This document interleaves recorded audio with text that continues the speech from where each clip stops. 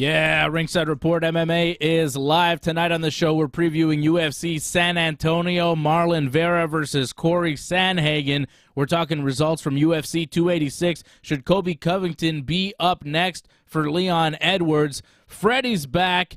His knee is fixed, and we're ready to go. Let's go! Yeah, let's go. Where are they? Where are these guys? What's up, Let's guys? go, mofo! Freddie is back The from crack knee is back. surgery. Freddie was jumping around for us before the show, and it was scary. I didn't like it. But It was Fred, how scary, you man. feeling? You're feeling Take it good, right? easy. You got your knee all fixed up? Feeling pretty good, man. They took the meniscus off, which cuts down the whole rehab. And honestly, I'm already walking without crutches, and I'm feeling better than pre-surgery. I still feel like it's tense, you know, like the hardest movement is to bring my leg back to my, like the Don't feet do to it, my Freddie. butt. Take it easy. Yeah, Yeah, that one's still hard. Take it easy I got to there. work on stretching the range of motion, they call. Yeah. I got to work on my range of motion, but other than that, man, I'm feeling great. Wow. But is that what the doctor described, or is this Freddie stuff? No, that's what I got a little post-operation paper with all exercises I have to do and all that, man. Freddie's following. The way you were what making he it has to sound, do. man, it was a little. And if you want to ask my wife, that fucking thing said like I'm not allowed to shower for 7 days or 10 days. So I'm on day 7 right now, man. My wife wants me to shower, I think. There you go, man. 7 days. You couldn't shower Yeah, for 'cause 7 you days. can't put soap in the on the wound. Right. You can't have soap on the wound. So, and since, you know, if I put Yeah. water on my body, it's gonna go on my knee. And so, yeah, no shower. Tomorrow I'm allowed to shower. Just Well, you before know what you jiu-jitsu. should have told her, right, Fred? Sponge bath. That's when you get the Yeah, well, sponge I bath do going. that. I do that, but trust me, it does. Like it works for a day or two, but when you're on day number 7, man, sponge bath ain't. Yeah. You need a real one. Well, I'm sure you're looking SpongeBob forward is to not that. working, man. You got to be Yeah, hyped for man. that tomorrow, right? That's gonna be Oh, good. of course, man. It'll be an hour. That's why, Freddie, you got to get yourself some Axe, or you got to get yourself some Old Spice and just dab it around on the nutsack, man. You'll be good. No Yeah, I'm problem. not sure that works. I think he can, but he can shower now, AJ. So he's all right. He doesn't have Tomorrow. to. Yeah, Tomorrow, but he's still like he's still crusty, man. Poor guy, man. AJ knows all about being crusty. I do, man. I do. Hey, listen, but what I'm going to say is that I was impressed with your little jog that you did before the show. I looked at that and I'm like, if he doesn't bust his knee right here, he's going to be okay. That's a very good I sign, don't have dude. a meniscus Very no good sign. more, so he can't bust. Listen, Can't I'd rather bust have something you don't have. Listen, man, I'd rather have a lost meniscus than lost nutsack. You know, What? it could be worse, dude. I don't Think I mean, about it. I don't think that was Think about that was in question, really. I don't think. No. That was That gonna is a happen, question, my Why are we friend. It's talking either about that or nutsacks that. all of Yeah. a sudden? Why are we talking about that, AJ? Nutsacks, man. Talk Yeah. about nutsacks, man. We got some good news. Dave, are you going to start the good news, NASCAR news, or illegal jiu-jitsu stuff? What do you want to go with? I don't know, man. NASCAR? You started talking about nutsacks. I got really confused. I don't know what the good news is. I don't know what the NASCAR news is. I don't know what the hell you're talking about, AJ. I was talking let to AJ Fred inform you. about his knee, about the lack of meniscus now in his knee, which is like the padding between the two, like, bones, right? Bones. So now there's no Yeah. padding. Yep. Bone on bone. There's no padding, Yeah. dude. But Fred will be back doing jiu-jitsu sooner rather than later, so that's good. You know, we'll be seeing Fred back on the mats, so that'll be good. And Not we right have away, bud, but we have Fred back on the show. I mean, only 1 week off, Fred. It's pretty good. You have surgery and you're back a week later. I mean, that's the true test. he didn't take the drugs. He didn't take the drugs they gave him. He's a warrior, man. Well, he didn't take the drugs they gave him. Let's just say that. You said he didn't take the drugs. I don't know if that's necessarily accurate. Freddie and I got my own drugs. Yeah, take it easy. Whoa! Take it easy, Fred. I don't think you could. I don't. You've got been some for me, bad. though? Yeah, those were your. Oh, those look are at mine. this big bag. Oh, take it easy. Is that mine too? Yep. Yes, cotton candy. That'll be fun. That'll be fun. Cotton candy. I've never. Anyways, let's. You want to talk about jiu-jitsu being legalized here? We're gonna do the preview for the UFC San Antonio show. Chito Vera against Cory Sandhagen is the main event. Should be a fun fight. Joe Rogan talked about Jorge Masvidal and George St. Pierre, and people were upset. I think Rogan was on drugs. Yeah, I don't know what the hell Joe Rogan is on, but it's confusion. It's good stuff, man. I don't know. I mean, I've been on a lot of the stuff, and I don't know what the hell Rogan is doing. But let's start with good news, AJ. I think this is the good news you wanted to talk about. It's not only good news, dude. This is like a great day, man. I was looking for balloons. I was looking for like to throw confetti. You don't understand how great of a day this is. It only took, let's see, since 2017 when AJ was at the venue with like hundreds upon hundreds, like, you know, athletes and spectators and all that, and we were all in the stadium down in the East End. Beautiful tournament. It was the Abu Dhabi World Championships back in 2017. So this bullshit's been going on since 2017. If there's a lot of people listening, they probably don't understand what we're talking about. But basically, Brazilian Jiu-Jitsu, along with some other martial arts, got banned here in Quebec. Because here in Quebec, it's always special. A bunch of, like, nutsacks. But I'm going to tell you something. They decided Another to ban... nutsack mention. Listen, because there were so many nutsack shots between, like, Leon Edwards and Usman, I figured I might as well just throw that in. So I'm going to tell you something. 2017, dude, we're in 2023, and it took all those years of fighting. I got to give a lot of credit to guys like Johnny Zamuli and all the organizers that, like, busted their heads to fight to get jiu-jitsu legalized here in Quebec. And it wasn't only jiu-jitsu. That also included Muay Thai and kickboxing. The whole reason for this stupidity was because back in 2017, when I was in that stadium, and I was, like, part of, like, the staff and all that to bring out some of the best jiu-jitsu guys in the world. We had everybody there, from Ryan Hall. We had everybody you can imagine that was fighting at the World Championships. Here in Quebec, it had some of the best jiu-jitsu tournaments, probably in North America. We got everybody from the Gracies. Everybody was here. The thing was, is that day when I was there, I remember Fabio came up to me and he's like, listen, guys, we're going to have to cancel the tournament. How's that possible when you got people coming in from all over the world, literally, who booked rooms, hotel rooms, paid for the venue, with the setup time, everything? It was a world class. It was on television and everything. We had TV going on at the time. And then to be told, guys, we got 50 minutes. Everybody's got to leave because everybody here will be arrested, including the fans that are here to watch. And we're like, what the fuck is going on? So we all had to leave back in 2017, man. And up to that point, we were drawing some of the best fights around. All to say is this. Everybody's like, what the hell's going on? And this happened and this happened. How can you call it illegal? Anyways, how it all started was it was these two jabronis. So all right, I don't think you need to go into the story, AJ, and the history and everything, because you're going to, honestly, I've heard you go through this story a few times, AJ, and it'll last forever. So I don't think we need to sit through the whole thing. No, that's I was just going to say, don't call the cops on each other this time. Listen, yeah. Exactly, and that's what it all comes down to because I of a criminal code. With 2 seconds. Yeah, thanks, Fred. What are you doing? But there was a criminal code 83 that was in place that was used for backyard fighting 100 years ago, and these two jabronis used that against each other, these two promoters, to cancel each other's event. What happened is that it opened up a Pandora's box for all fights, and that's how it ended. Right. So, motherfucker, let me finish. Well, because you don't fully, I'm done. You don't clearly explain what exactly happened. So I just said.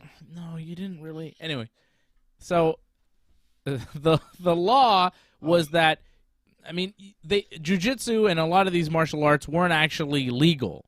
Amateur MMA and a lot of these things weren't legal technically. No. Hold on a second. Because they didn't have a governing body. A governing body, like an Olympic governing body like karate and amateur boxing had, right? But the authorities were kind of turning a blind eye to this for many years, right? And all of a sudden, what? Is that incorrect, AJ? Yeah. What do you mean? That's incorrect. That's How is totally that incorrect? And the thing is how is this. It's not incorrect if they had a bunch of tournaments. We had a bunch of tournaments, we had a bunch of stuff, and then at a certain point, somebody was like, hey, this is illegal, and No, they no, started no. calling Dave, the cops and saying, Dave, hey, I guys, was this there. is actually a law that you should Dave. be enforcing. No, Dave, ban Dave. Dave should be banned right now off his own show because I'm going to tell you this. You are right, but you are wrong. Because what happened is that we had tournaments at all levels from karate, in fact, got banned at a certain point and it got reinstated just this year. That's but what, you are that's right. what Dave said. Yeah, that's what I was saying. Yeah, though. but the thing is that it was Karate not. got banned because it got taken out of the Olympics. No, because it's Of not course just they were, it's not. because the law didn't change. So yes, they were turning a blind eye. Mhm. Yes, they were But that's accepting these But it's events. a federal law. Yeah, Dave is right, It's not- AJ. No, but the thing is that it's not only Quebec. It was a federal law that was in place that was governed by the provincial boards to enact it as it was. Because it came from Quebec and they opened up this thing that they legally tried to close themselves. I mean, why are you going to close tournaments? You know, Yeah, but you're saying that Because I was of- wrong about this, but I wasn't, AJ. no, what I but said nobody was turning a correct. blind eye. Nobody There was knew a about law it. on the books that made this stuff illegal, but the authorities turned a blind eye until some promoters, which is what you were saying that I was trying to explain so I could explain what the hell you mean, until some promoters were like, hey, they're trying to compete with each other, and they called the authorities and said, hey, this is actually illegal. You should go and enforce the law. So they were forced to do it, and the authorities had to go and shut things down until all sorts of martial arts were shut down, and then nobody could have any fun because they said, if you're going to keep calling the cops on each other, nobody's going to have any fun. We're going to fully enforce the law, and none of this shit will actually happen. And now they Well, have reversed that it's law, a little bit- taken it off the books, and said, boom, jiu-jitsu is allowed, all this stuff is allowed. So the next time, AJ, you tell me that I'm wrong or that I should be kicked off my own show, this is what's going to happen. It's And I'm very just easy gonna- to do because AJ can't kick me off the show, but I can easily kick AJ off the show. I don't appreciate when AJ comes on this show and tries to tell me that I don't have the facts correct, because if anybody has the facts correct on the Ringside Report Network, it's Big Dave and not fucking AJ. Fucking AJ. And I'm gonna add just a little thing that's gonna make AJ happy. I'm gonna first say that Dave was completely right, and I'm gonna add just like a speculating, because I don't have no proof of this, but I think these promoters were calling the cops on each other because the BJJ shows were doing good, man. There was money to be made, and they wanted their piece of the pie, and they didn't want to share it. And so at some point, the cops just said, "Hey, you guys want to call the cops on each other? Fuck you. We're just gonna close jiu-jitsu for everybody." And unfortunately, for many years, everybody suffered because of that. Exactly. Shout out to Angelo Contagones, CSL Lorne in the chat right now, Brooklyn Lizard, watching us live on YouTube. Shout out to everybody watching us on Rumble. We're the new kings of Rumble. We're running the Rumble platform. We love Rumble. We're ready to rumble, and we are rumbling. AJ, you're out of timeout. Still definitely a happy day, a happy time for jiu-jitsu to become legalized. Fred has knee surgery, and jiu-jitsu competitions are legalized. I don't think that's a coincidence. I think Super Fred is getting ready for action. I don't think I want to compete. I don't feel like it. But maybe Fred and AJ will compete for the Ringside Report Network. I don't. Come on. I mean, well, if you Why guys not, man? both, I'll Depends tell you on what what. you pay. If you guys are both going to be in some sort of jiu-jitsu competition in Quebec, if you both enter the same competition, I guess I would also have to compete. Yeah, But I you refuse should. to dude. compete against Fred. I would never do that. Never. All Isn't right, there Fred? a dilemma in the UFC right now It'll with be some a- fighters that? It'll be a finger poke of doom scenario if we wind up against each other. Okay, Fred? Finger poke of doom. But I don't Kevin know if you Nash. get to be Hogan. I don't know. Maybe I want to be Hogan. I mean, Listen, man, if it happens, AJ one of you doesn't guys get that concede, reference, man. and that's why I love making references like that. Because Freddie and I get it, but AJ's just right over his head. Finger poke of doom, AJ. Google it. Google it, son. Take it easy, man. I haven't seen that porn, but listen, sounds good. Hulk Hogan and Kevin Nash, WCW Nitro, to exchange the WCW World Championship. It seemed like they were against each other. They hated each other. But then, because Kevin Nash was a champion and Hulk Hogan was going to go and challenge him, but the finger poke of doom, Hogan just poked him in the chest. Nash fell down. Hogan pinned him 1, 2, 3, and Nash and Hogan celebrated. It was all a ruse. The NWO had struck again. The famous finger poke of doom. Okay, Where did he AJ? poke him? Where did he poke him? In the chest. And that's it? He didn't check his oil. I know you were looking for that little oil check. That's what I thought it was going to happen. That's what you're hoping whatever. for, Mr. Nutsack over there. Take it easy. Oh. Listen, anyways, congratulations to Jiu-Jitsu back in Quebec. Everybody is happy. Yeah. AJ, it's about time, man. It's good. Listen, It's man, good. 2017, Dave, even though you threw me off, man, you're partially right. I'll give you that amount. I'm You're 100% partially right. Yeah, okay, that's what they always say. But the thing is, you are pretty accurate.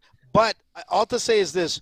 I don't want to mention any names, but it wasn't only about jiu-jitsu that they were destroying each other's tournaments of jiu-jitsu. In fact, one tournament was MMA and the other guy was like Muay Thai. And it had nothing to do with jiu-jitsu. That's why these dummies ruined it for all the rest. They were fighting between an MMA event and a Muay Thai event.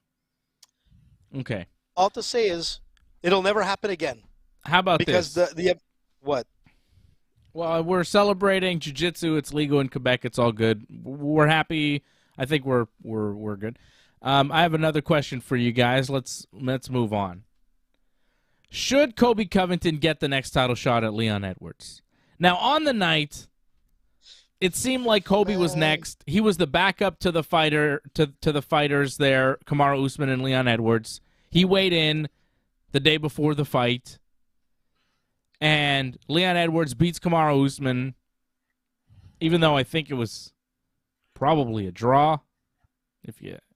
The way I scored it 47-47. I thought I scored it in Edwards' favor, but turns out I miscalculated, and it was 47-47 on my scorecard. I gave Kamaru, I believe, 2 rounds. I think I gave him the second and third, and I gave Leon 1, 4, and 5. But because Kamaru got a point, an extra point awarded to him, Leon Edwards got a point taken away for the fence grab in round 3. It was a 10-8 round on my scorecard for Kamaru, and I had Kamaru winning, or I had it a tie, 47-47. But the judges gave it to Leon Edwards. Leon Edwards is the welterweight champion. Fred, did you watch the fight? I know you've been recovering. You didn't do the watch along with us. Did you see the fight? Did you score it? How did you feel about it? I did watch the event. I'll just say, I love those early start time, but that main event was right during bedtime for the kids, so it didn't get my full attention. But no, I thought Leon Edwards looked good, man. If anything, I probably gave the decision to him, but it was a tight decision. It could have gone any way.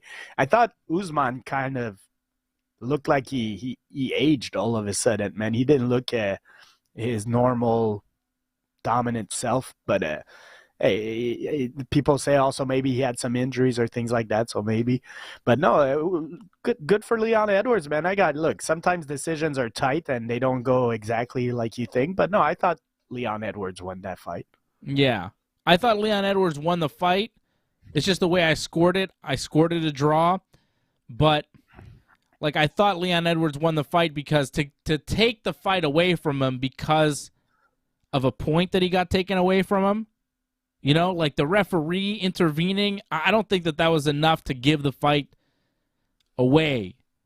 But but let's not forget, I scored it. Technically, I did score it a draw, so I'm kind of torn. It was a very close fight, though, but I thought Leon was the better fighter.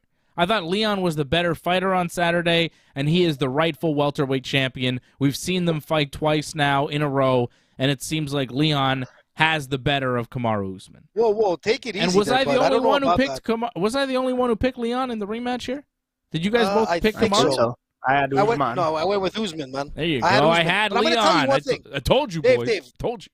Dave, hold on a sec there. Hold on a sec. Okay. Yeah, that was a great fight by Leon. And in fact, it was great enough that he lost a point. There was a point deducted, and he still came back to win that round. So a lot of kudos to Leon because he fought well, man. His endurance was there. Okay.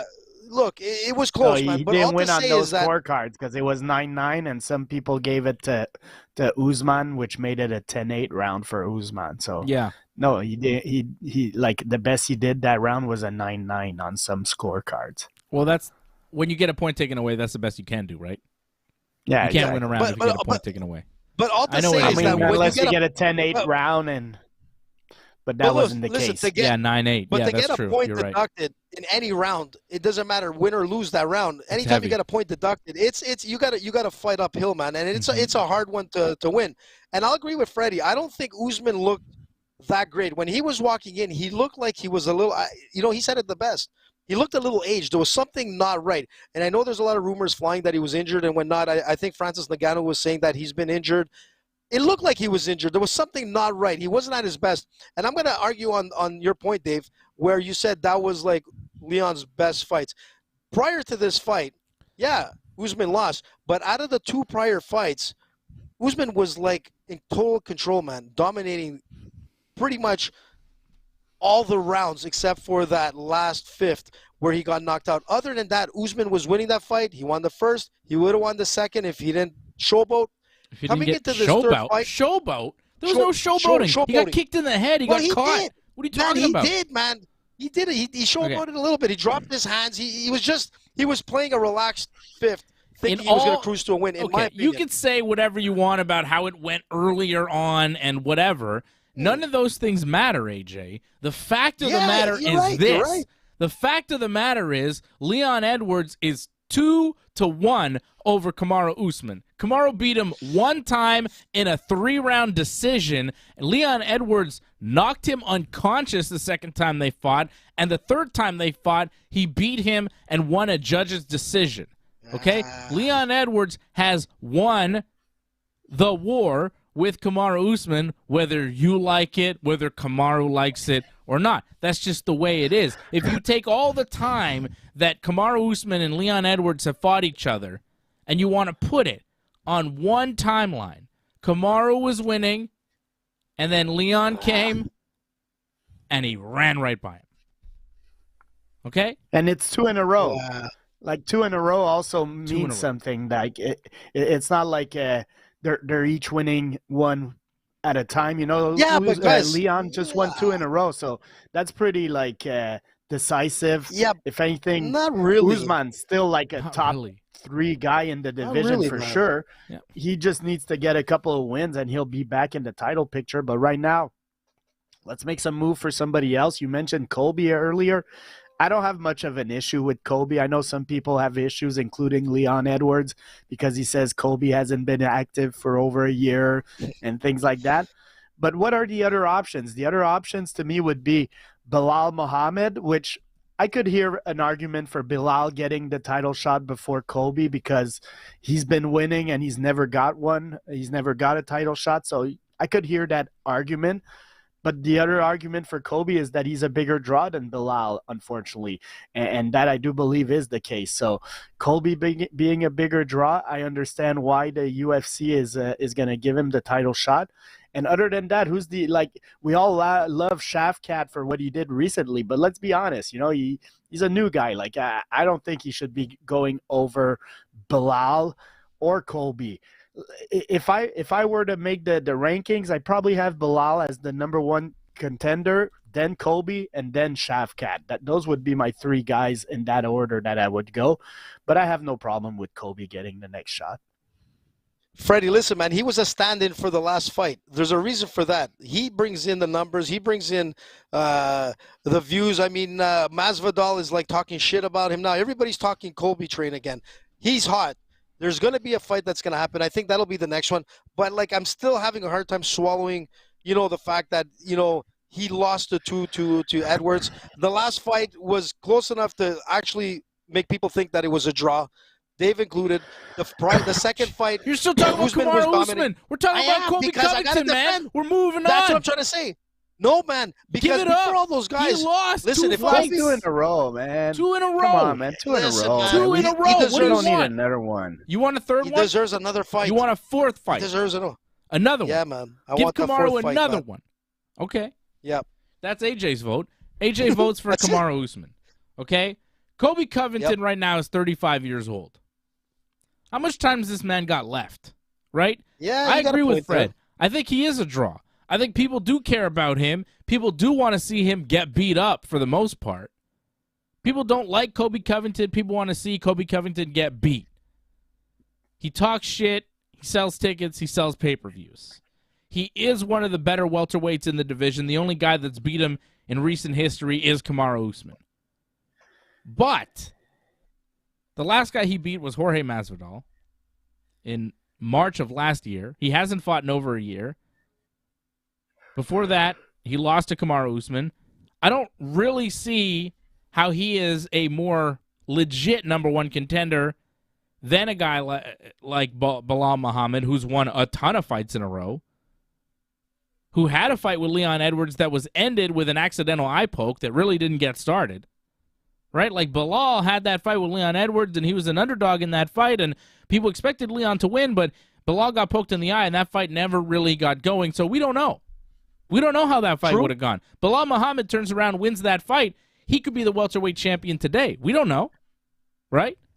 So, and his Bilal last Muhammad fight against has a legit Brady was gripe. His last fight versus Brady was very impressive by Bilal. He had one of his rare finishes, because that's, I think, the biggest knock against him is that some people feel he's boring, but his last fight was very dominating, and he had a great performance. He's looked fantastic. He's 34 years old. Both of these guys older than the champion, right? Leon Edwards at 31 is in his prime. You guys both talked about age and Kamaru Usman looking a little bit old. Guys, don't be surprised if Bilal Muhammad and Colby Covington start looking old in the next couple of fights, because they're getting up to that 35 range where things start to drop off, which is exactly what I was saying on the show last Thursday to AJ, and he didn't believe me. I said Kamaru Usman is going to look old. I said Father Time is undefeated. And what are you telling me now? Dave, you're wrong, but Kamaru Usman did look old. But you're wrong about everything, Dave. Unbelievable. Yeah, but it wasn't old in the sense of, listen, Dave, I agree with you. Father Time always wins. I'm going to agree with you on that one. But this was a little bit different. It seemed like he looked old, almost like you had to take the fight.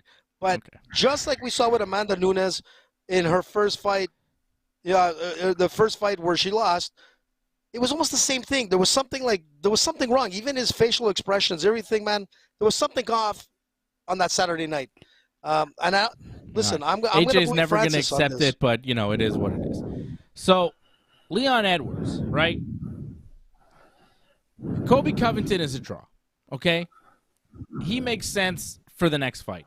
Bilal Muhammad is on a run. He's 22-3. He's won, 7, 8 fights in a row now in the UFC? A ton. He beat Wonder Boy. He beat Damian Maia. He beat Vicente Luque. I mean, what more do you want from Bilal Muhammad? Beating Damian Maia and Wonderboy Thompson in back-to-back fights. It's like, really? He didn't get a title shot after that? Really? Right? Bilal Muhammad is on it. Bilal Muhammad is a guy that deserves a shot. The UFC feels otherwise, and they're going to give him a fight that I think if he wins that fight, he's for sure getting a title shot. It's Shavkat Rakhmonov. Dana White said Shavkat is the guy they want to see next for Bilal. And you got to figure if Bilal can beat that guy, they have to give him a title shot. They really have no choice. But Colby Covington, there's just something distasteful about the guy. He just seems like a scumbag. He seems like a piece of trash. Nice. I don't love him. And I feel like that there's another, but who's also a draw, probably a bigger draw, and is less detestable than Colby Covington. And that's Jorge Masvidal. Now, hear me out. Jorge Masvidal became extra famous from what? The knockout of Ben Askren and the 3-piece and a soda? And who did he 3-piece and a soda? The current champion, Leon Edwards. Leon has never got his revenge. You know he wants his revenge. That shit was embarrassing. And if the UFC feels that Jorge Masvidal is good enough to co-main event their next pay-per-view against Gilbert Durinho Burns, Jorge Masvidal, if he can win that fight, which, I mean, come on, right? But if he can win that fight, he won't. But if he can win that fight, guys, and we all know that, there's no sure things in MMA. I mean, there's some close ones, but this feels like a sure thing, but it's not. Nothing is sure, right? Masvidal, he could land a right kick or knee. If he could beat Gilbert Burns, how do you not? And this fight is like in 2 weeks, guys. 2 weeks, okay? If Masvidal beats Gilbert Burns, You're going to tell me that you don't do Masvidal and Leon Edwards instead of Colby? Like, it's Colby now, okay? It's Colby now, and I'll give it to you. Colby now makes sense. He's a draw. He's a fresh matchup for Leon. Fine. But he's not really that likable, and I feel like Masvidal is a bigger star. And also, if Masvidal got a win that people could remember, especially if it's like a knockout win or something, if he beats Gilbert Burns, I think you got to give Masvidal the shot at Leon Edwards. So I wouldn't sign the contract yet if I were Leon Edwards. I would hold out. I would tell the UFC, okay, I'll fight Colby. You want me to fight Colby? I'll fight him. Leon said he didn't want to fight him. Dana said that's the fight, but Leon's like, why? Why him? So I would wait. But Leon seems difficult because I think I read him also saying he didn't really want to fight Masvidal also. So maybe he changed his mind on that. But at some point he was like, nah, Masvidal's on a losing streak. He's not very important or whatever. So I don't know, man. You make sense, man. Masvidal is the fight he should want because that's the fight that's going to generate the most money. That's the most winnable for him. Like, no offense to Masvidal, but I think he's an inferior fighter to Covington, to Usman, to Shavkat, to Bilal. He's an inferior fighter to all these guys. So Masvidal's fought a couple of those guys and got beat pretty bad, right? Yeah, exactly. So he's the easier matchup for Leon. But who knows, man? If it's Masvidal, I won't care, man. There's a storyline there, 3-piece and a soda. Let's make some good some good interviews, some good promos, and people will be into that fight also. But why don't you set it up with Masvidal against Colby? I mean, right now they're talking trash to each other. But why? Masvidal's saying I'm going to fight his soul. Gilbert Burns first. He's got to fight Gilbert Burns. And he's delusional. He's like saying that he's going to kill Colby next time he fights him. Yeah, and I mean, I'm like, it's hot, man. It's hot. It's not, man. though. That fight, he had the chance. Was not close. Colby's last it fight wasn't close. Was March of last year against Masvidal. Colby and Masvidal, their last fight, both in the cage and in the street, was against each other. Right? That's the last time they each fought. And you're saying immediate rematch? AJ, go back and watch that fight again and tell me for sure. we need to see it again. Because Colby Covington was clearly the better fighter on that night. Okay? I agree. And Masvidal saying, I'll kill him, I'll do this and that. Yeah, bring an army, Jorge Masvidal. Bring an army. Because you're going to need it. I'm going to give Colby something is that his fight IQ is very good. Like, if Masvidal wants to turn that into a brawl, Colby's not going to turn that into a brawl. He's going to stick to his game plan, and he's going to win round by round and probably another decision, but that's fighting, man. That's how it works. But how about this? Colby and Leon Edwards. How does that play out? Because I don't think it's an easy fight for Leon Edwards. Colby's not an easy fight for anybody, and stylistically it could be tricky.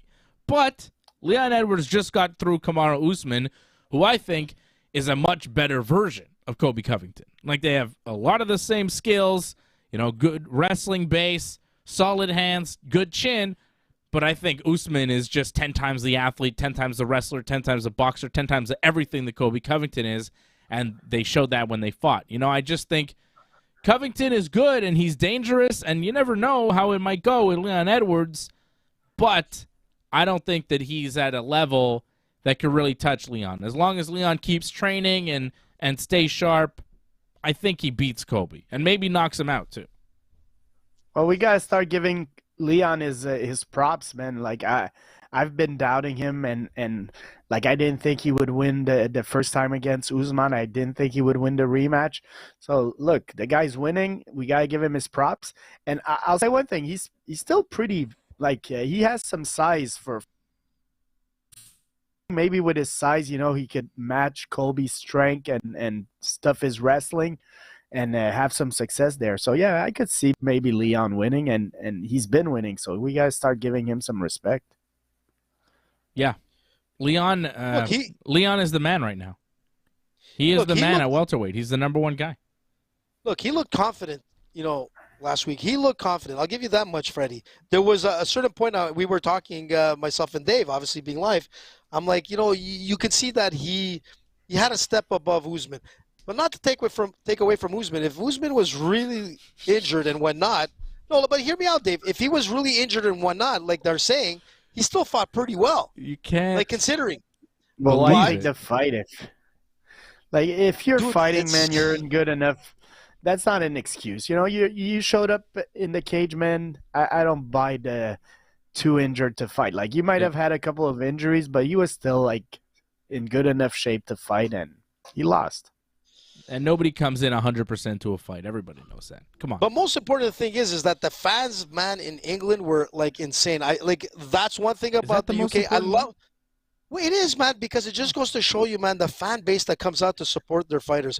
And in London, man, they do it so well, man. Leading up to the fight week, man, it was insane. It was crazy. And I'm like, man, I would have loved to be in London, man. Win or lose, man, they're there to party. But, I mean, it's always better when their guy wins. And a lot of the fighters, the hometown fighters won, which was great. But, you know, the O2 Center, man, the time, it works perfect, man. Like, for the North American scene, for the scene out in England, the scene out in Ireland, man, there's so much coverage, and it looks great. I love this time slot. I wish they would do more of it. Yeah, at that time. I do like the afternoon UFC shows. I thought that was fun. Okay, speaking of Jorge Masvidal, Joe Rogan caused some controversy this week speaking on his podcast about Jorge Masvidal, and I just want to address this real quick because I thought it was crazy. Let me read the quote from Joe Rogan. He says, "I just think the level of competition he faced is higher. GSP was so good he raised the bar, but you look at GSP's victories, he beat some very good guys. But I think the guys Kamaru Usman beat, Colby Covington, Jorge Masvidal, Tyron Woodley, I think they are better. Super chat. I think if Masvidal was around at that time, he would be dangerous for everybody. I think he is on another level. I think everyone is on another level. The Masvidal that knocked out Ben Askren, that was one of the craftiest moves that anyone has ever done." Blah, blah, blah about Masvidal. If he didn't say the thing about Masvidal, he wouldn't be that far wrong, because I do agree that, you know, like overall there's more talent today than there was when GSP fought. I think like guys like Usman, Covington are probably more talented than Dan Hardy or Jake Shields or all those guys.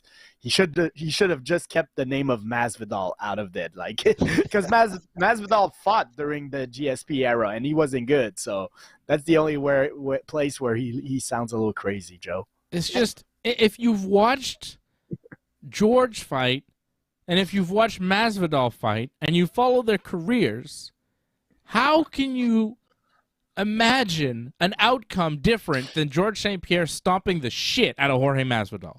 Like today, if they fought, George would win. Of course. Tomorrow, if they fought, George would win. 10 years ago, George would win. In 20 years, George would win. It doesn't matter what age, what era, what cage, what rule set. In Kimbo Slice's fucking backyard, George St. Pierre is beating the shit out of Jorge Masvidal. Get a grip, Joe Rogan. What are you talking about? Jorge Masvidal is nowhere on the level of George St. Pierre. And guess what? Peak Josh Koscheck would fuck Jorge Masvidal up too, guys. Okay? And so would Jake Shields, and so would Nick fucking Diaz. Can we put some respect on the guys that fought George St. Pierre? No. Fred, you're really going to tell me that Nick Diaz, in his prime Strikeforce Nick Diaz, doesn't beat the shit out of Jorge Masvidal at that time, in that era? In that era, yeah. In that era. But I mean, I think Nick Diaz is overrated. But look, I think Joe's point at the beginning was valid about like the level of overall the division is much better these days than it was back in George St. Pierre era. I just think that Masvidal was the wrong example for his conversation. So Joe must have been a little high. And because, like I said earlier, I do believe that guys like Usman, Covington, Shavkat, Bilal are better than Dan Hardy, Thiago Alves, and whoever else, you know, you want to put there, man.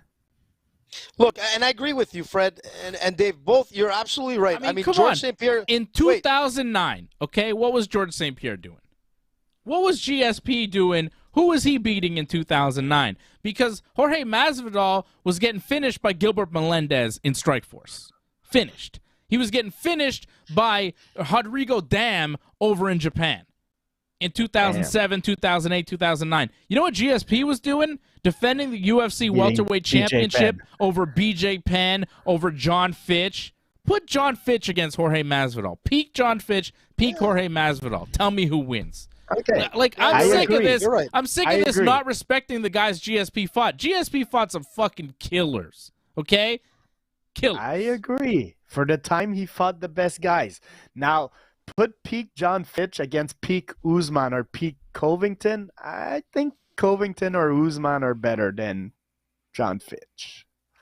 But we'll never know. Those discussions aren't peak really Nick Diaz.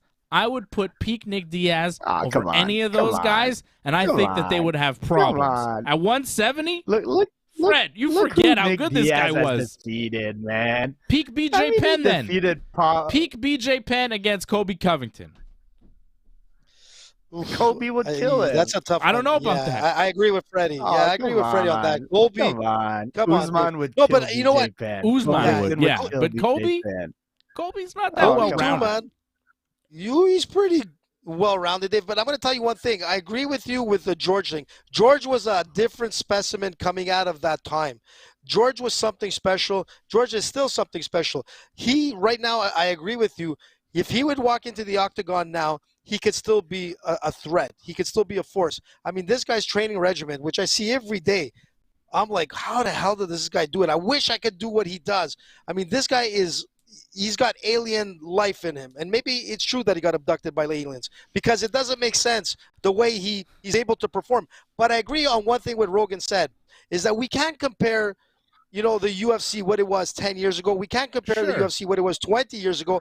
And we can say that, like, from the days of Royce Gracie, when he came in at that time, it was just a dominant time for the Gracie family. But things evolved. People got better. Training camps got stronger. People are able to travel the world to get to the best of everything. And that was one thing that George had above a lot of the other fighters. He was able to travel and get some of the best trainers that some of those guys couldn't. And you always had an edge. Everybody has an edge. Sometimes you got to get those picograms to get the edge, John Jones. But I'm going to tell you something. I wish. But I agree. Wish George would have fought Khabib. I wish they would have done it before Khabib retired, just so George could have proved to everybody who the fuck he is. The greatest of all time. Never got arrested. Never failed a drug test. Never lost a fight he didn't win later on. Greatest of all time. George St. Pierre. And for Joe Rogan to even mention a guy like Jorge Masvidal in the same breath. That's crazy. Is ridiculous. Yeah, I agree with you on that. With what? What kind of professional record does he have? 35-16? Could you imagine George St. Pierre losing 16 fights? It'd be embarrassing. Yeah, but you know what? Listen, overall, he's right about 26-2 was George's professional record. 26-2 over 15 years of competition in mixed martial arts. That's a fucking legend. And the two losses he avenged, of course. Yeah. One of them was like, I don't know.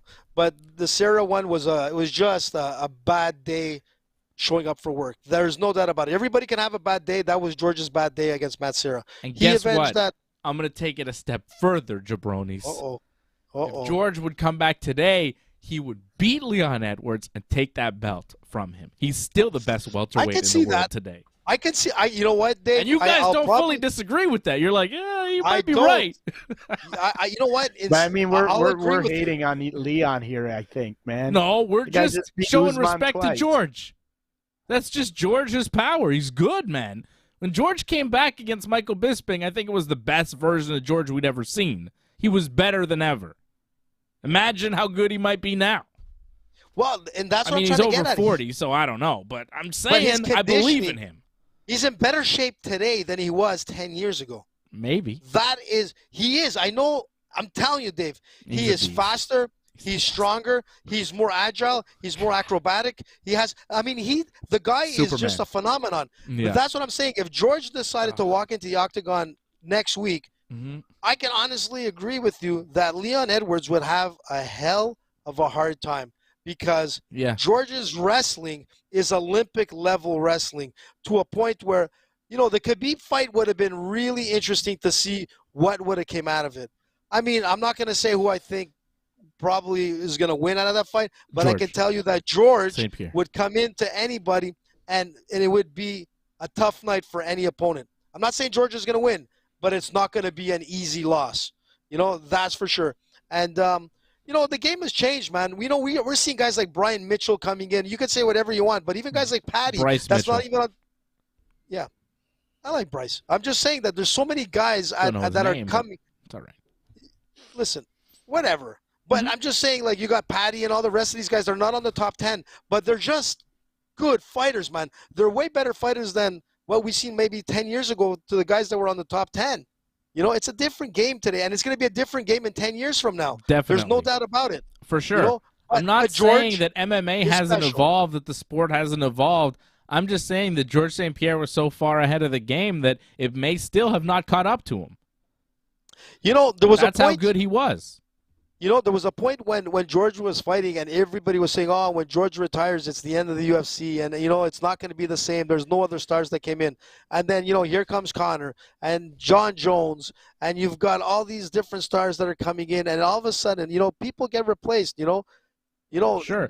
But again, it's just the greatness of a John Jones or a George St. Pierre that I respect so much because I've seen them so far ahead of their peers. Like if John Jones, when he beat Stipe in the summer and then he retires, in 5 years' time, if you tell me whoever the new breed of heavyweight or light heavyweight is, they could beat John Jones, I'm going to laugh in your face. Because John Jones, to me, is always going to be that guy who can step in and just beat everybody, and he still will be 5 years after he retires because he's so far ahead of the game that it's going to take 5 or 10 years for the whole sport to catch up to that level, if they ever catch up. And that's what I'm saying about George, is that he was so far ahead of the pack that it would take a long time for the game to evolve and catch up to where he is. Pull up your reins there, bud. Hold on a sec, man. Yeah, he's been out for a while. Sure. Look, they may have caught up now, but even then, he's still evolving. You know what I mean? The guy's rolling with Gordon Ryan. Who knows what the hell this guy's up to? Like, you don't think that he's evolving as a martial artist? George St. Pierre is legit. He's not just kind of, he didn't do it for the money. He didn't do it for the fame. He didn't do it for any of that. He did it to be a martial artist. Like, he's as real as it gets as far as, like, the discipline. And, I mean, you follow him on Instagram. Fighting. He's not playing around. No, and that's an interesting thing where most people don't realize when George was fighting before he got into the octagon, man. This guy was like, if you would have seen him, you would be like, I'm gonna bet against this guy. This guy was like, he was a basket case, man, crying, throwing up. You would look at this guy and you're like, this guy can't be like the top martial artist in the world. He just didn't like the fight game. He just liked the martial art way, but the fight game came with a lot of things that made his life better, and that's what he focused on. Sure. It was but when he started fighting, I'm saying there was no money in it, really. There was no money. He started fighting, and it was like, hey, I'm doing this for the love of the game. He's still from that era where you couldn't look at a guy like a George or a Brock Lesnar or a Conor McGregor and say, hey, there's a path to make some millions of dollars here. Like, when he started, he was doing it for the martial arts, Well, he was doing it for the glory in a sense, to be considered to be a legend in the martial. I mean, he wanted to be a Jean-Claude Van Damme. He wanted to be like that kind of recognition, and he went. He didn't expect the money to come from the UFC like it did. Like the because it wasn't a sport. From man, fighting. the first UFC that Royce Gracie fought. He fought like four fights or 5 fights to win what? $50,000 was it at the time? Yeah, well, I don't even know if it was that much. I don't even think if it was. I'm trying to think. Conor's first fight was around $5,000. Those first few fights for Royce Gracie seem pretty damn easy. You go in there, you put somebody in your guard, you choke them out, bada bing, bada boom, you go home and you win. Royce made it look easy. There was some jabronis in those fighters. I mean, put me in a grappling match against a bunch of people who've never heard of jiu-jitsu. I mean, see how I'm going to do. I think I'll be all right. Yeah. You know what I'm saying? No. Hoist was up. Man. He was a jiu-jitsu black belt from the greatest jiu-jitsu family up against a whole crew of guys who'd never even heard of jiu-jitsu. I mean, they were in trouble. You know what I'm saying? They were in trouble. Yeah, but the time he fought against real wrestlers and things like that, he still did well, man. Yeah, you know, of regardless, course. I'm not because he's a legit jiu-jitsu guy, and no matter how good you are at grappling, if you don't get the submissions, like you could hold a guy down forever, but if you don't know how to defend a submission, you're gonna get yourself in trouble. Okay, guys. Ennui, man. Where are we going to now? Let's do some fight picks. Let's do some fight preview stuff. Shout out to Patrick C. Hamilton. Maybe we should listen to him. He's dropping the 777 super chat over on YouTube. He says, I won my 2 bets. Patrick out in Regina. He won his 2 bets for the UFC. He picked Gaethje and Edwards last week. That's a pretty sweet parlay. If he parlayed that's a double underdog parlay. That must have cashed in pretty nice there for Patrick. So congratulations to him. I wonder who Patrick is picking this weekend, or maybe he's going to be looking to us. We should be listening to Pat at this point. I'm going to go the Patrick style. I'm actually going to give you a parlay. It's a 2-fight parlay. It's the main and the co-main, and it's a double dog parlay. I'm going to might be my parlay. Oh, Fred, don't steal my parlay. I'm going to give my parlay first. I'm not going for... Okay, go. Okay, I'm going to give my parlay right away. What the hell? Marlon Chito Vera taking on Cory Sandhagen. It is the main event. It's a bantamweight fight scheduled for 5 rounds. Sandhagen coming off a TKO win over Song Yadong, where Sandhagen looked just next level. Really fantastic. 30 years old, just coming into his prime, as is Marlon Vera, also at 30, who keeps looking better and better. Knocked out Dominic Cruz in his last fight. He's won 4 straight now in the UFC, and he looks like he's gearing up towards a title shot. The winner of this fight might get a title shot, and I'm going to give you my parlay for that fight and for the co-main event, which is Yana Kunitskaya, also known as Yana Santos. She is now the wife of Thiago Santos. She'll take on Holly Holm. Yana, plus 200 the dog. Holm is the favorite going into this fight, but I like Yana. I think Holly's getting a little, how shall I put this? She just signed a new contract. Yeah, why? Yeah, she got 6 She's 41 years old. And the last fight she had, she looked pretty flat.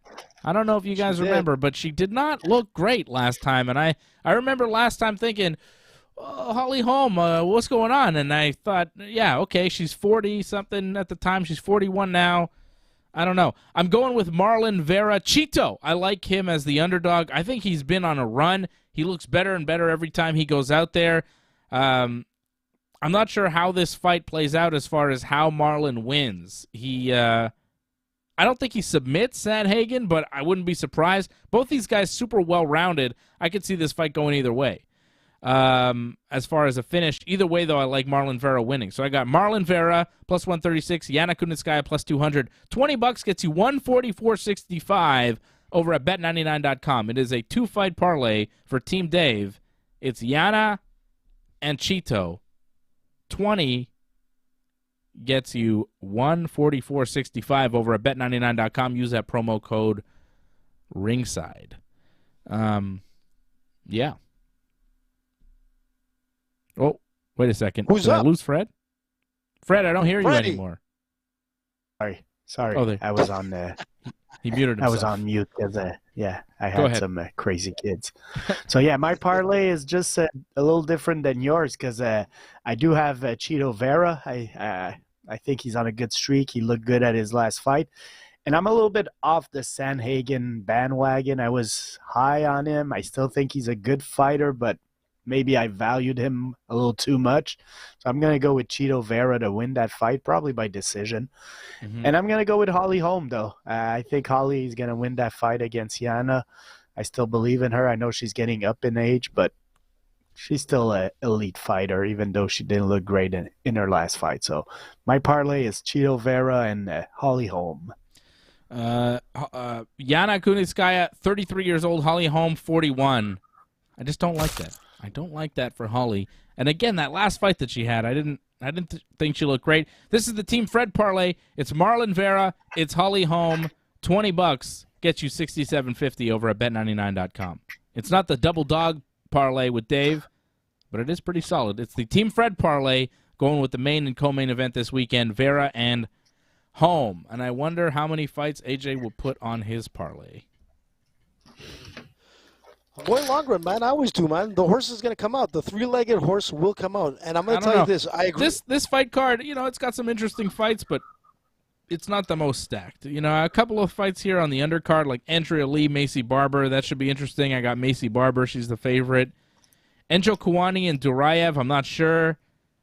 I'm leaning towards Enjo Kawani, but I could see Duraev pulling it off. Lingo is a slight underdog against Nate Landwehr. I could see Lingo pulling that one off, but again, I'm kind of on the fence, so I didn't put on my parlay. The only one that I'm confident in the undercard is Macy Barber over Andrea Lee. Other than that, the prelims are kind of a crapshoot. Sorry, AJ, what do you think? Give me your parlay. Those are my thoughts on the rest of the card. Let's see what your thoughts are here.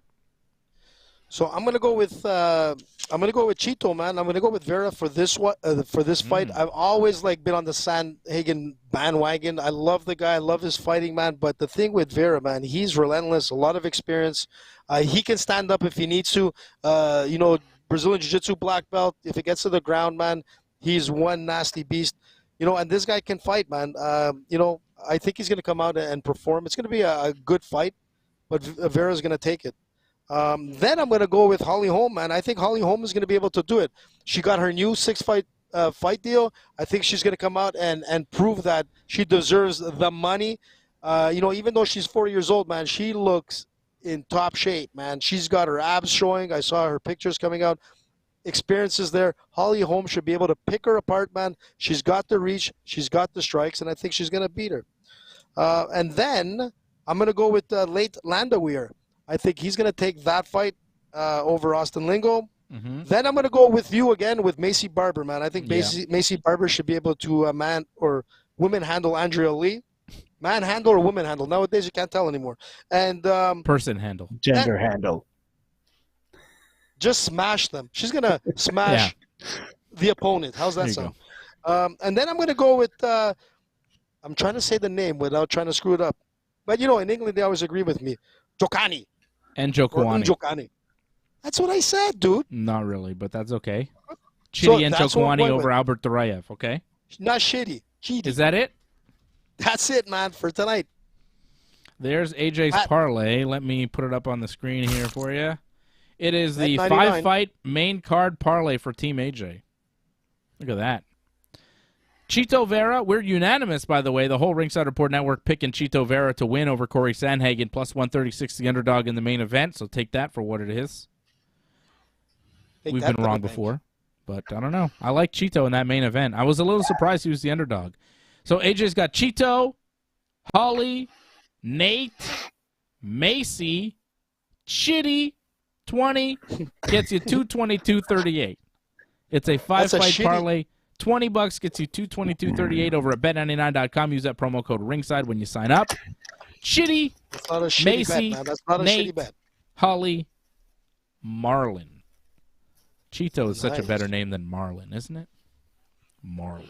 Cheeto is much more fun. Cheetos, man. Who doesn't like Cheetos? I like Cheetos. What do you guys like? The puffy Cheetos or the crunchy Cheetos? I like the crunchy Cheetos. The puffy ones, the regular one. I like the crunchy ones better. You like the puffy ones? Hold on a sec. Over the puffy crunchy ones are the regular one, right? Yeah. Usually I'll get the Humpty Dumpty crotte de fromage, That's what I'll get. Yeah, those that's are the puffy ones. Those are the puffs. Yeah. I like the Cheetos, the crunchy Cheetos. I don't like the puffy Cheetos. I like a crunchy Cheeto. Nah, you need the puffy ones because, when you walk away and you don't realize your fingers are all orange, and then you go and give a big hug to your girlfriend, and next thing you know, she's full of orange marks, and you don't tell her. That's the stuff I like.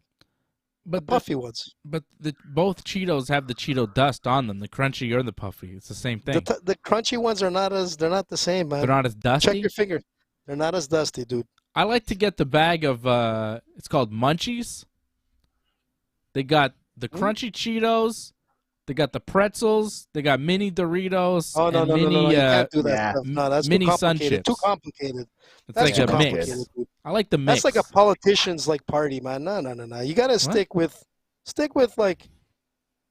natural stuff, dude. All that mixed shit. Every time they put that in a bowl, I'm like, man, how am I gonna get to the Cheeto ones, man, without touching all the rest? And I'm like, fuck it, I'll just grab a handful, eat the Cheetos, and throw away the rest. Nobody wants to eat I think we had that at the last watch along, or maybe 2 watch alongs ago. I had a bowl of that. Didn't we have Yeah, that? did you notice all the orange stuff was gone and all the brown stuff was left behind? You Just don't telling like you. pretzels? I love a pretzel.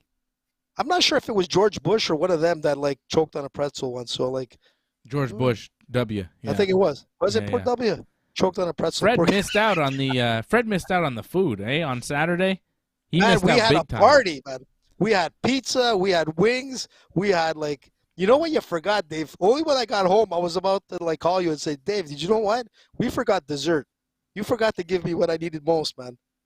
I asked you if you wanted the Snickers. Snickers bar afterwards. You didn't want one.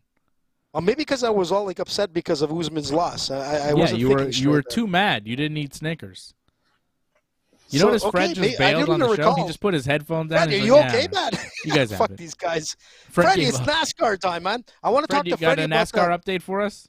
the Formula One guys I mean, coming I to could NASCAR. talk NASCAR penalties, man. 2 weeks ago, man, the evil empire. You know what the evil empire is of NASCAR?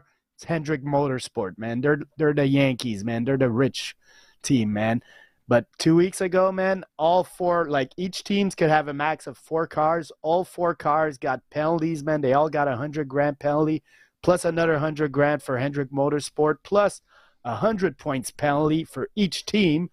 You could only, like, if you win the race, you only make like 47 points. So they took away 100 points to each team. That's like 2 races that you win because they had some illegal parts to their cars. They got busted, which is a good news because they were kind of dominating the early part of the season. So happy to see that. The evil empire just got penalized.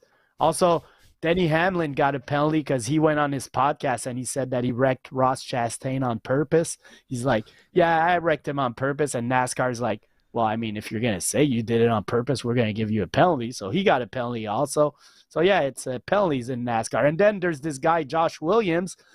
He had his car was falling apart. He was part of an accident. He was continuing the race because it's better to finish, let's say, 30th than 40th because it's more points to be 30th than 40th. But his car was losing debris. So NASCAR told him, you got to park it. And he wasn't happy. So he decided to just park it in the middle of the track and get out of his car. Yeah, I saw that. That was crazy, man. A peace sign to the crowd, which was like made him a legend because everybody loved the mullet doing that. So NASCAR was great, nuts, man. They're road racing this weekend, COTA. And listen to this, Freddie. I was reading up, and you know what? There's 2 guys from the F1 that are coming into NASCAR, and which is interesting Jenson because Button. Raikkonen and Button, man. And Jenson Button, I met that guy long time ago. Super nice guy, man. I love him, man. And it's great to see guys that I know in F1 coming into NASCAR. But I remember a long time ago, back in the days when, especially here in Montreal, F1 was like, you can't even touch F1. But F1 was like, oh, it's like the prestigious sport, and they would call NASCAR like taxi cab racing. That's how bad they used to dislike NASCAR. And now NASCAR, man, is like, it's just rocky, man. There's nothing more exciting than NASCAR. And to be honest, like, so I turn it on sometimes and I'm like, damn, this sport is nuts. Like, there's so much action. There's so much like drama and soap opera. And like the guy who left his car in the middle, man, that was insane, you know? But that's it, man. Thumbs up to Raikkonen and thumbs up to Jensen, man. Welcome to NASCAR time. No more taxi cab racing. Never fun realized racing. how much drama there was in NASCAR until Fred started giving us the Dude, updates. man, You know, there's shake so and many bake, different man. storylines. It's like pro wrestling. Shake NASCAR. and It's bake, crazy. man. If you're not first, you're last. It's like pro wrestling There's a with reason. cars. But Yeah. let me just wait. Actually, Dave, I forgot to mention something. I said Hendrick Motorsport is like the Yankees of NASCAR, but actually Hendrick Motorsport has won multiple championships in the last 20 years. So they're better than the Yankees. Motherfucker. How could you say that shit to me?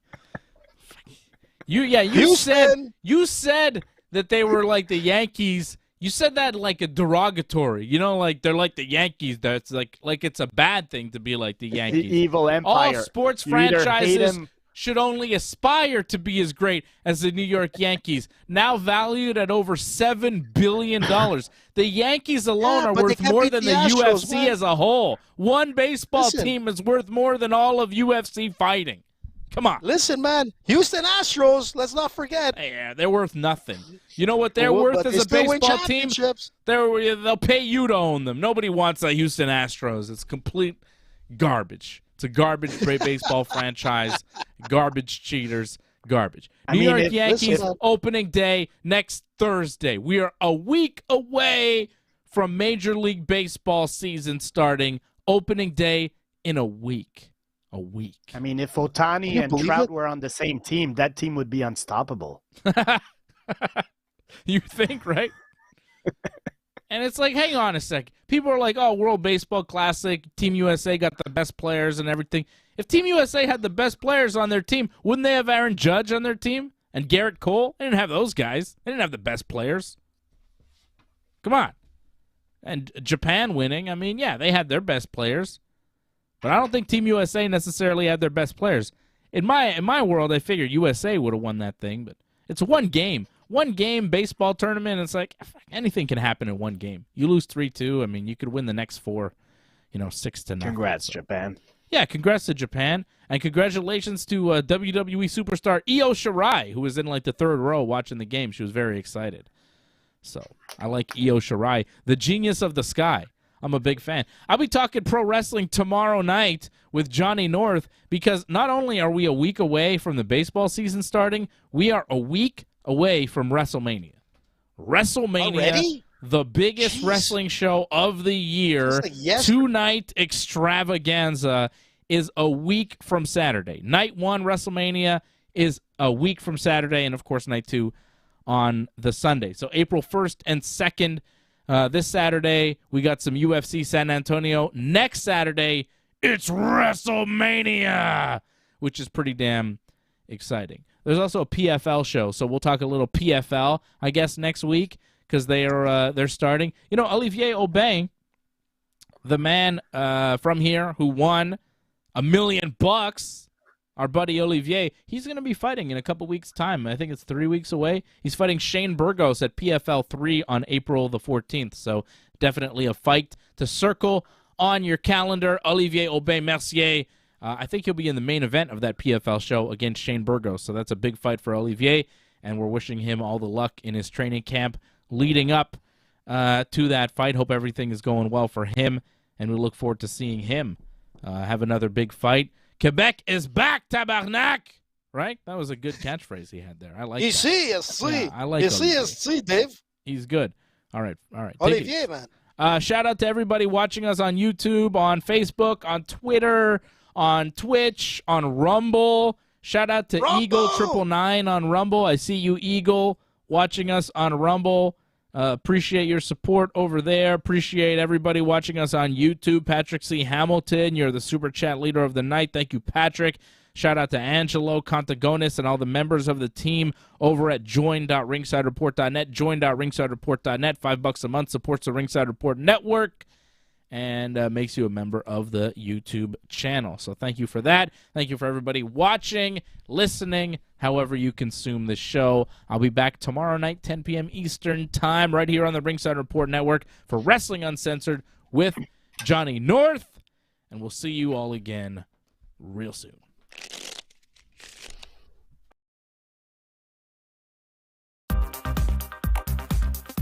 Please join in and give your support to Ringside Report Network. We've been providing expert coverage and commentary on both pro wrestling and MMA for over 15 years. Go to ringsidereport.net/support to find out more ways to support the channel.